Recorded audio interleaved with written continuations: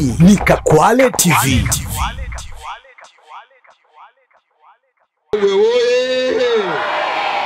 Kabwe safi. Mheshimiwa Mwenyekiti wa vijana CCM Taifa, mimi Kabwe ni nyumbani. Hawa ni dada zangu, mama zangu, kaka zangu, marafiki zangu, mashemeji ndio bora sijapata, lakini nipo kwenye mchakato. Lakini hawa ni ndugu zangu kabisa. Nipo nao tangu mwaka 21 mpaka sasa. Ndugu wananchi wa Kabwe, kwanza poleni sana kwa kusubiri, lakini ilikuwa jambo la heri, sasa tumefika. Lakini pia niwape pole wale ambao walikuwa wanapiga simu sana, walikuwa wanaambiwa, maana nilisikia kuna mtu mmoja alifunga mpaka mziki kwamba Radio Likali kahamishwa. Alikesha siku mbili nzima anasema Radio Likali kafanyaje? Sasa jana mama kaangusha shughuli. Waambie bado nipo sana. Bado nipo sana. Kwa hiyo nina imani mimi na wananchi wenzangu wa wilaya ya Nkasi, kata yetu ya Kabwe, sisi hapa hatuna deni. Mama Samia hatumdai, wala serikali ya Chama cha Mapinduzi hatuidai. Hapo nyuma tuna bandari kubwa sana ya karibu bilioni 4. Yote hiyo ni kazi ya Daktari Samia Suluhu Hassan.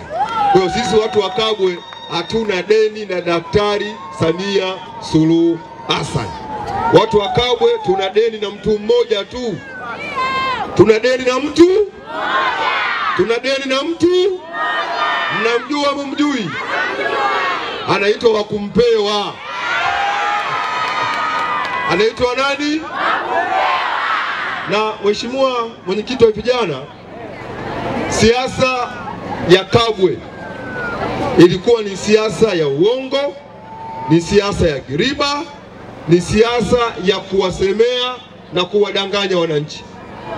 Lakini tunashukuru tangu Daktari Samia Suluhu Hassan, tangu Chama cha Mapinduzi kimeshika nafasi ya udiwani kata ya Kabwe, wananchi wa kata ya Kabwe wanajua ukweli, wanajua mbivu, wanajua na mbichi. Na kwa mimi ninavyoona, kata ya Kabwe mwaka huu wa 2025 hatuna maswali juu ya diwani kutoka Chama cha Mapinduzi. Hatuna maswali. Ndugu zangu, mtakumbuka sasa hivi tulikuwa na operation moja ya kuruhusu wananchi kufanya uvuvi kwenye ziwa Tanganyika.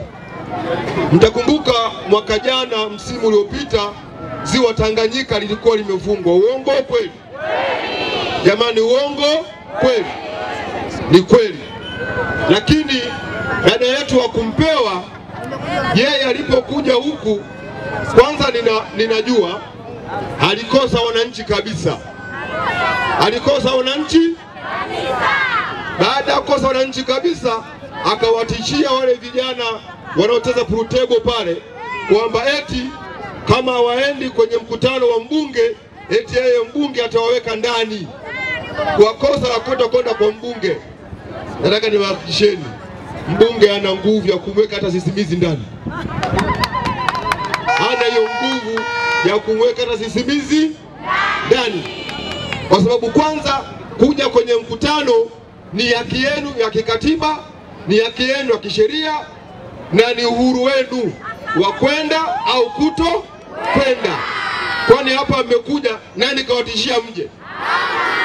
Nani kasema msipokuja kawaida atawaweka ndani? Si hakuna jamani? Sasa mbunge anawezaje kusema msipokwenda kwake eti nini atawaweka ndani? Tafsiri yake ni moja, shughuli imekwisha.